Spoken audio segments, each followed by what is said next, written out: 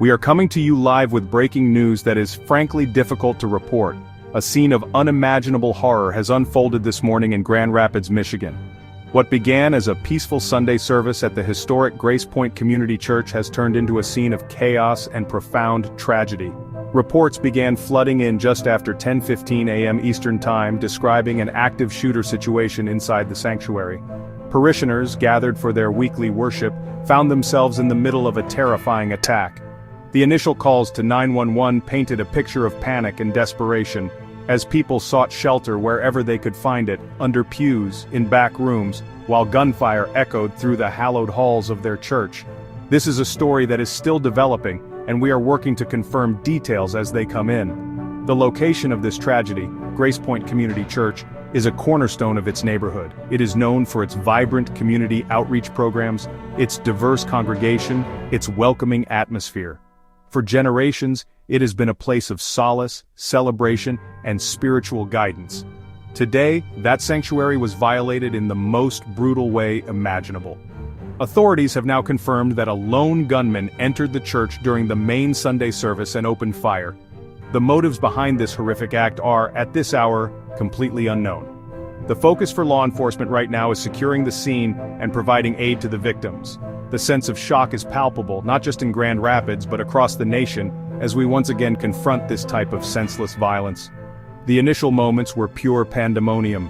Live streams of the service, which many churches now provide for their members at home, were abruptly cut off, but not before they captured the first sounds of gunfire and the terrified screams of the congregation.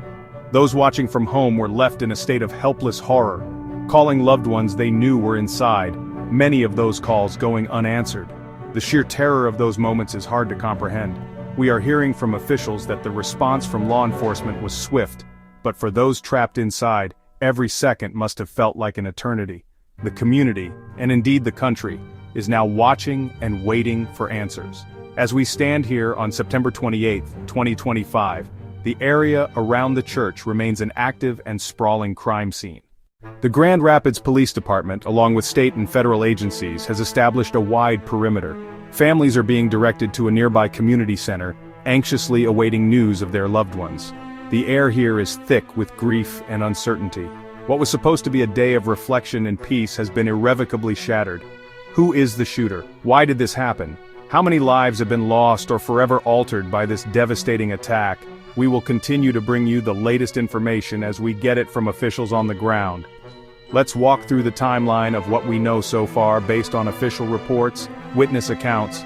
The service at Grace Point Community Church reportedly began as it always does, at 10:00 a.m. Everything was normal for the first 15 minutes. At approximately 10:16 a.m., the first 911 calls were made. Callers, whispering in hushed and terrified tones, reported that a man had entered the main sanctuary and begun firing a weapon. There was no warning. There was no discernible argument or confrontation. It was a sudden and violent eruption of gunfire that sent hundreds of people scrambling for their lives. The initial reports were chaotic, with dispatchers working to piece together what was happening from multiple panicked sources. Within minutes, the situation escalated. At 10:20 a.m., the first police units arrived on the scene. They were met with the sound of ongoing gunfire from within the church building. This immediately confirmed their worst fears. This was an active and ongoing attack. Officers established a perimeter and began formulating a plan to enter the church, a highly dangerous and methodical process. All the while, more emergency calls flooded the 911 system, some from people hiding inside closets, some from people hiding inside offices, providing real-time information about the shooter's location and actions. These calls were a lifeline both for the victims inside and for the officers preparing to confront the immense danger that awaited them. The crucial moment in the police response appears to have occurred around 10:35 a.m. A specialized SWAT unit made a tactical entry into the church. Witnesses who were evacuated later described hearing a different, more controlled series of shots, followed by officers shouting commands. It was during this period that law enforcement engaged the suspect. The exchange of gunfire was reportedly brief but intense. The sounds of the confrontation echoed through the neighborhood, a stark signal that the authorities were moving in. For those hiding inside, it was a moment of renewed terror and a glimmer of hope. By 10:45 a.m., the Grand Rapids police chief held a brief preliminary press conference just blocks from the scene. He confirmed that the suspect had been neutralized and was no longer a threat. He did not elaborate on the suspect's condition at that time. He stated that officers were now conducting a slow, methodical sweep of the entire church complex to locate and evacuate everyone who was still hiding inside. He also confirmed that there were multiple casualties but declined to give specific numbers, stating that the immediate priority was rendering aid and beginning the difficult process of notifying families. His somber tone conveyed the gravity of the situation without releasing unconfirmed details. The human toll of this tragedy is best understood through the words of those who lived through it. We spoke to a woman named Mary, who was sitting in a pew with her husband. We were singing a hymn, the last one before the sermon. Her voice trembling as she clutched a blanket around her shoulders. Then there was a pop, pop, pop. It didn't sound real at first. People looked confused, and then someone screamed. We all just dove to the floor. My husband threw himself on top of me. I just prayed. I closed my eyes and I just prayed like I've never prayed before. I didn't see him. I only heard the sounds. Her account is one we are hearing over and over again, confusion turning to sheer terror in a matter of seconds. Another witness, a young man named David who was in the church's audio-visual booth, gave us a different perspective. I was in the back up high, so I saw him come in. He just looked blank, no yelling, no emotion. He walked in through a side door, raised the gun, and started shooting.